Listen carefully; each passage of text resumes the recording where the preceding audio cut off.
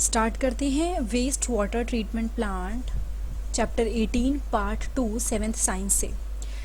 हम पढ़ने वाले हैं वेस्ट वाटर ट्रीटमेंट प्लांट के बारे में। इससे पहले का जो चैप्टर है वो आपको डिस्क्रिप्शन बॉक्स में वो पार्ट मिल जाएगा।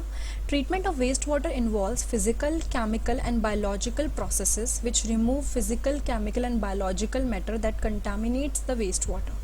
यानी कि अगर हम बात करते हैं वेस्ट वाटर को ट्रीट करने की, तो उसमें फिजिकल मतलब कुछ तरीके जिससे फिजिकली हो, कोई केमिकल इन्वॉल्व ना हो, जैसे कि फिजिकल मतलब फिल्ट्रेशन जैसा मेथड, केमिकल कोई केमिकल ऐड करके, बायोलॉजिकल प्रोसेसेस मतलब आप बैक्टीरिया वगैरह की हेल्प से, माइक्रोब्स की हेल्प से आप उसको क्लीन करते हो, चाहे वो फिजिकल, केमिकल और बायोलॉजिकल मैटर हो जो पानी को गंदा कर रहा है, आप उसको क्लीन करते हो। Waste water is pass through bar screens, large object like rags, sticks, can, plastic packet, napkins are removed. देखो ये आपको दिख रहा है बीच बीच पे इसने पूरा का पूरा एक फिल्टर काइंड ऑफ बना रखा है, बार स्क्रीन बोलते हैं इसको। यहाँ से पानी क्या कर रहा है, पास हो रहा है। अब जब यहाँ से पास होता है तो जैसे कि कुछ भी छोटी मोटी चीज़ें हैं वो यहीं पे फंस जाती हैं, वो रिमूव हो जाती हैं। ठीक है, पहली चीज़ तो ये हुई। उसके बाद water then goes to a grit and sand removal tank. The speed of the incoming waste water is decrease to allow sand, grit and pebbles to settle down. अब उसने क्या बोला, वाटर पास होता है grit and sand removal tank से। यहाँ से पास होने का क्या फ़ायदा होता है कि ये एक तरह से रिमूव हो जाता है। ठीक है, आपका फिजिकली रिमूव हो गई आधी चीज़ें। उसमें क्या बोला कि उसके पानी की स्पीड को थोड़ा सा कम कर देते हैं ताकि ये सारी चीज़ें जो हैं आराम से सेटल हो जाएं, चाहे वो सैंड हो, चाहे ग्रिट हो, चाहे पेबल्स हो। The water is then allowed to settle in a large tank which is sloped towards the middle. उसके बाद उसने क्या बोला, वाटर को हम अलाउ करते हैं सेटल करना। ठीक है, water is then allowed to, एक बड़े से टैंक के अंदर वाटर को रहने देते हैं जैसा वो है, जो एकदम बीच की तरफ स्लोप होता है। ठीक है, यानी कि पानी को बड़े टैंक में लिया और वो बीच की तरफ स्लोप्ड है। सॉलिड जैसे कि फीसेस होते हैं वो बॉटम में क्या हो जाते हैं, सेटल हो जाते हैं और वो रिमूव हो जाते हैं विद अ स्क्रैपर। ठीक है, this is the sludge. A skimmer removes the floatable solid like oil and grease. अब इसके बाद ये स्लज है। ठीक है, इसको इसने स्लज बोला है। जो भी ये देखो, ये वाला स्लज नहीं की बात हो रही, ये जो उसने रिमूव किया था, जो भी वो आपके चाहे एक्सक्रीटा था, चाहे कुछ भी था, फीसिस था, वो सब रिमूव हो गया, उसको स्लज बोलते हैं। एक स्किमर होता है, स्किमर क्या करता है, ऊपर ला देता है जितने भी फ्लोटेबल सॉलिड्स होते हैं, ऑयल और ग्रीस को। ठीक है, उसके बाद जो वाटर बचता है उसको हम बोलते हैं क्लैरिफाइड वाटर, और यहाँ पे वो वाटर आपको दिख रहा है जिसको बोला गया है clarified water. The sludge is transfer to a separate tanks where it is decomposed by the anaerobic bacteria. देखो बाद में वो स्लज जो है, जो भी आपका एक्सक्रीटा था, ह्यूमन वेस्ट था, फीसिस था, उसको एक अलग सेपरेट टैंक में डाल देते हैं जिससे वो डिकम्पोज होता है। और कौन डिकम्पोज करता है, एनारोबिक बैक्टीरिया उसको डिकम्पोज करता है। The biogas produce in the process can be used as fuel और can be use to produce electricity. जो भी बायोगैस यहाँ पे प्रोड्यूस होती है वो फ्यूल की तरह यूज़ होती है या फिर वो इलेक्ट्रिसिटी प्रोड्यूस करने के लिए मतलब यूज़ होती है। Air is pumped into the clarified water to help aerobic bacteria to grow. अब एयर को हम पंप करते हैं किसमें, क्लैरिफाइड वाटर में। ठीक है, ताकि क्या हो, एरोबिक बैक्टीरिया ग्रो हो। ठीक है, एयर डालने से आपके एरोबिक बैक्टीरिया, क्योंकि एयर मिल गई तो अब वो वाले बैक्टीरिया ग्रो करेंगे जिनको ऑक्सीजन वगैरह चाहिए, तो एरोबिक बैक्टीरिया ग्रो होते हैं। बैक्टीरिया धीरे धीरे ह्यूमन वेस्ट को और आपके फूड वेस्ट को, सोप को और बाकी चीज़ों को क्या करते हैं, पूरा का पूरा डिकम्पोज करना शुरू करते हैं। ये एरिएटर दिखा रखा है यहाँ पे। After several hours, the suspended microbes settle at the bottom of the tank as activated sludge. जो भी सस्पेंडेड माइक्रोब्स हैं, जितने भी चीज़ें हैं, वो सब सेटल हो जाती हैं और उसको हम एक्टिवेटेड स्लज बोलते हैं। The water is then removed from the top, क्योंकि नीचे सब कुछ सेट हो गया। फॉर एग्जाम्पल ये देखिए, अगर सब कुछ है और ये सब कुछ नीचे सेटल हो गया है, ये सब कुछ यहाँ सेटल है, तो ऊपर क्या बचा आपका, ऊपर पानी बचा। अब ये पानी हमारे यूज़ का है, तो इस पानी को रिमूव कर लेते हैं, यूज़ कर लेते हैं। ठीक है, the water is then removed from the top. The activated sludge is about 97% water. जो आपका एक्टिवेटेड स्लज है उसमें 97% क्या है, वाटर होता है। Now the water is removed by sand drying beds और मशीन। वो जो वाटर है उसको सैंड ड्राइंग बैड से या फिर मशीन से निकालते हैं। Dried sludge is used as manure. जो बचा, जिसमें माइक्रोब्स नहीं है, अब जो भी चीज़ें उसके अंदर है उसको मेन्योर की तरह, खाद की तरह यूज़ करते हैं। और उससे क्या होता है, वो न्यूट्रिएंट वापस देता है सॉइल में न्यूट्रिएंट वापस कर देता है। The treated water has a very low level of organic material and suspended matter. जिस पानी को ट्रीट कर लिया गया उसमें कोई भी आपको कचरा या कुछ भी ऐसा चीज़ नहीं दिखेगी जो हार्मफुल हो। ये सी में, रिवर में या फिर ग्राउंड में डिस्चार्ज कर देते हैं। नेचर क्लीन कर देती है इसको अपने आप से आगे, ठीक है। Sometime it may be necessary to disinfect water with chemical like chlorine and ozone before releasing it to the distribution system. कई बार अगर हमें लगता है कि बहुत ही ज़्यादा डर्टी है और कुछ उसके अंदर माइक्रोब्स हैं, तो हमारे लिए ज़रूरी हो जाता है कि हम उसको क्लीन करें, क्या डाल के, क्लोरीन एंड ओजोन डाल के उसको क्लीन करें।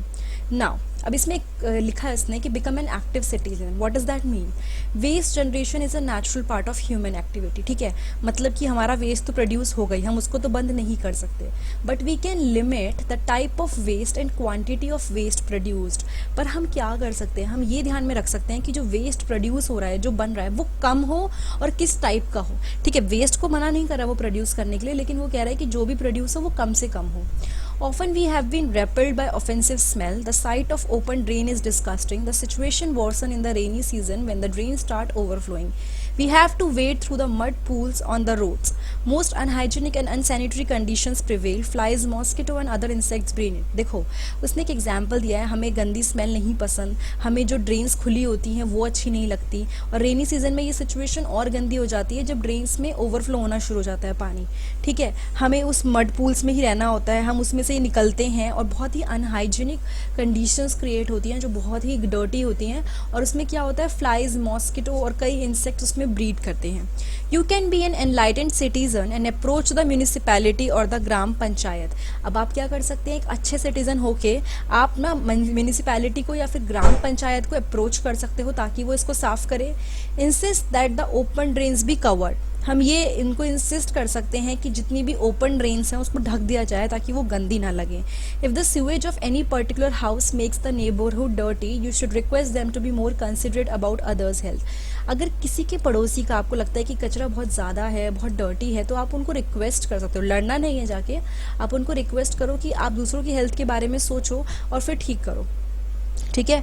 Don't add to the loads of WWTP, मतलब जो आपका वेस्ट वाटर ट्रीटमेंट प्लांट है उसका आप काम और मत बढ़ाओ, जो काम आप खुद कर सकते हो उसका ध्यान रखो, ठीक है। उसके बाद उसने क्या बोला, बेटर हाउसकीपिंग प्रैक्टिसेस, जो हम ध्यान में रख सकते हैं हाउसकीपिंग प्रैक्टिसेस वो क्या है। One of the ways to minimise और eliminate waste and pollutant at their source is to see what you releasing down the drain. यानी कि जो भी आप ड्रेन में रिलीज कर रहे हो आप उसका ध्यान रखो कि आप क्या रिलीज कर रहे हो। जैसे कि cooking oil and fat should not be thrown down the drain. They can harden the blocks the pipe in. They can harden and blocks the pipe in an open drain. The fats clog the soil pores, reducing its effectiveness in filtering water. Throw oil and fats in the dustbin.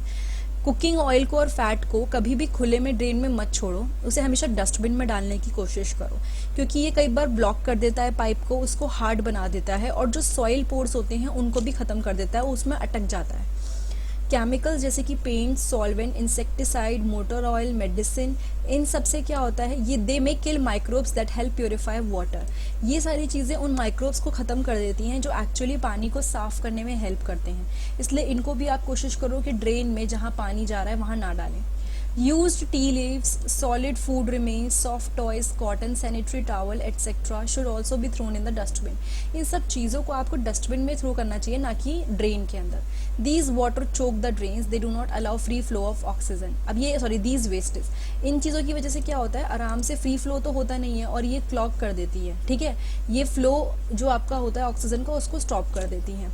ये degradation process जो अपने आप naturally decompose हो रहा है उसको ख़त्म कर देता है। यहाँ जो दो पिक्चर्स दिखाई हैं उसमें ये दिखाया है कि जो भी हमारे घर का छन्नी का वेस्ट होता है, खाने पीने का वेस्ट होता है, उसको ड्रेन में ना डाल के, सिंक में ना डाल के हम डस्टबिन में डाल सकते हैं, ठीक है।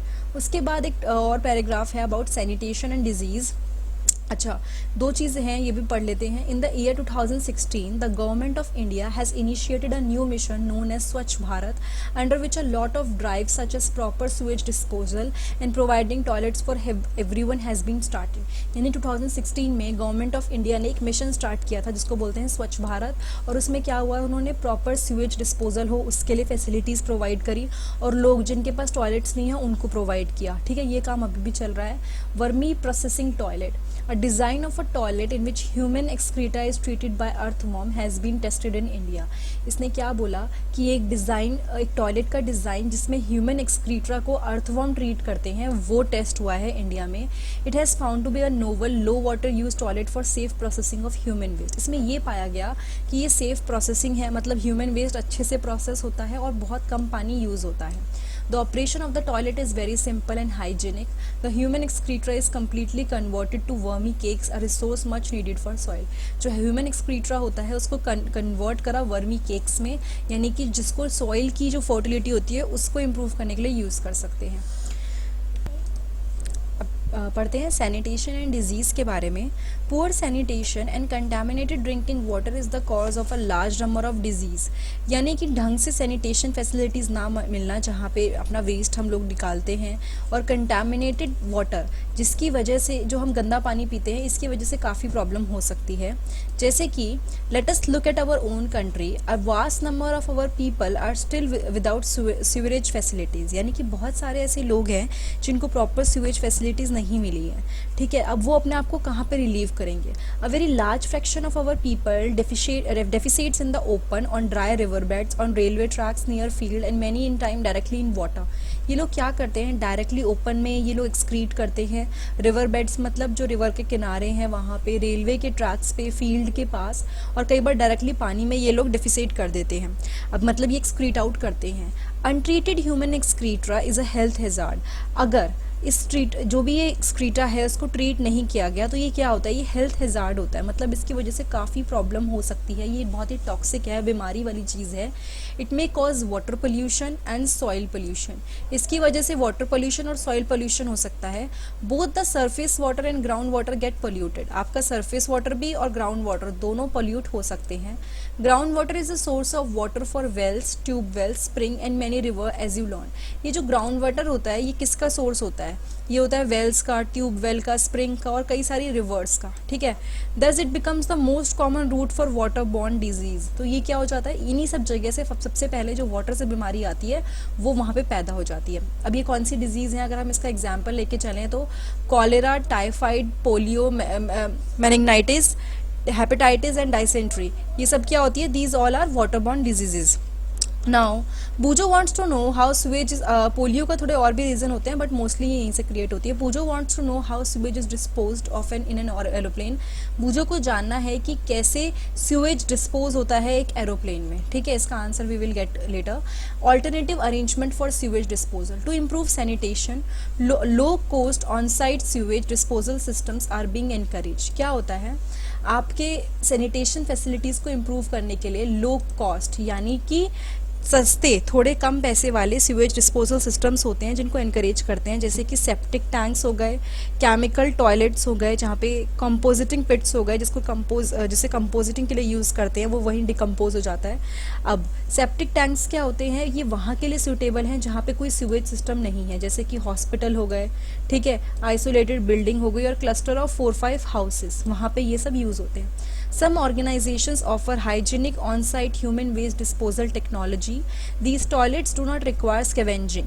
यानी इसको प्रॉपर ऐसा नहीं कि कोई डिकम्पोज होगा. Excreta from the toilet seat flow through covered drains into a biogas plant. Direct ये जो एक्सक्रीटा होता है ये एक बायोगैस प्लांट में चला जाता है और ये जो बायोगैस है इससे ये यूज़ होता है एनर्जी के लिए. Now sanitation at public places in our country, fairs are organized periodically. A large number of people participate in them. यानी हमारी कंट्री में क्या करते हैं, बहुत सारे फेयर्स ऑर्गेनाइज होते हैं और बहुत सारे लोग इसमें पार्टिसिपेट करते हैं. In the same way railway station, bus depot, airports, hospital बहुत ही बिजी जगह है. Thousands of people visit them daily. बहुत सारे लोग वहाँ डेली जाते हैं. Large amount of waste generate होता है यहाँ पे. It must be disposed of properly, otherwise epidemics could break out. इनका बहुत अच्छे से हमें ज़रूरत है डिस्पोज करने की, वरना महामारी या बीमारी फैल सकती है. The government has laid down certain standard of sanitation but unfortunately they are not strictly enforce. Government ने कुछ स्टिल स्टैंडर्ड्स रखे हैं सैनिटेशन की, कैसे ये वेस्ट आउट को फेंकेंगे या कैसे सैनिटेशन फैसिलिटीज़ होंगी, बट इनको स्ट्रिक्टली अप्लाई नहीं किया जाता. However, all of us can contribute in maintaining sanitation at public places. We should not scatter litter anywhere. हम कैसे ध्यान रख सकते हैं सैनिटेशन का, साफ़ सफाई का. जितना भी वेस्ट है, लिटर यानी जो भी हमारे पास है, इसको ऐसे फेंकना नहीं चाहिए इधर उधर. No dustbin. अगर आपकी नज़रों में कोई डस्टबिन नहीं है तो उसको घर ले जाइए और घर पे जाके आप उसको फेंकिए. जैसे कि आप चिप्स का पैकेट खा रहे हैं, आपको लगा कि अब आपको ये चिप्स का पैकेट फेंकना है लेकिन आपको डस्टबिन नहीं दिखा तो आप उसे वैसे ही रोड पे थ्रो कर देंगे. हमें वो नहीं करना है, हमें उसको घर लेके आना है और उसको अपने डस्टबिन में फेंकना है. अब इस चैप्टर का कंक्लूजन क्या है, we all have a role to play in keeping our environment clean and healthy. देखिए ये काम किसी एक पर्सन का नहीं है कि वो क्लीन रखेगा, हेल्दी रखेगा इन्वायरमेंट को, ये काफ़ी लोगों की मतलब कहते हैं ना मिलने से ये काम होगा। तो हमें अपनी रिस्पॉन्सिबिलिटी को रियलाइज़ करना है, ठीक है। हमें अपने वाटर सोर्सेज को काफ़ी हेल्दी रखना है, मेंटेन रखना है। गुड सैनिटेशन प्रैक्टिसेस को हमें अडॉप्ट करना है, और as an agent of change और individual initiative will make a great difference. अगर हम एक बंदा भी, एक पर्सन भी अगर इस बारे में सोचे कि हमें ऐसे काम करना है तो काफ़ी फ़र्क पड़ेगा। हमें ये दूसरों पे नहीं डालना कि सिर्फ मेरे करने से क्या होगा, एक से भी बहुत फ़र्क पड़ता है। Influence other with your energy, ideas and optimism. आप क्या करेंगे, आप दूसरों को इन्फ्लुएंस करेंगे अपनी एनर्जी के साथ, अपने आइडियाज़ के साथ एंड अपने ऑप्टिमिज्म के साथ, ठीक है। एनर्जी मतलब आपकी जो एनर्जी है, जो आप सोचते हैं, अगर आपके कोई आइडियाज़ हैं आप शेयर कीजिए अच्छे आइडियाज़ लोगों के साथ। तो देखिए लास्ट में क्या है, एक महात्मा गांधी का मैसेज दे रखा है, no one needs to wait for anyone else to adopt a human and enlightened course of action. आपको किसी दूसरे की ज़रूरत नहीं है कि वो ये काम कर रहा है तो मैं करूं। अगर आपको अच्छा लग रहा है तो वो काम आप खुद स्टार्ट कर सकते हैं, ठीक है। तो ये था पार्ट 2 चैप्टर 18 क्लास 7 साइंस का।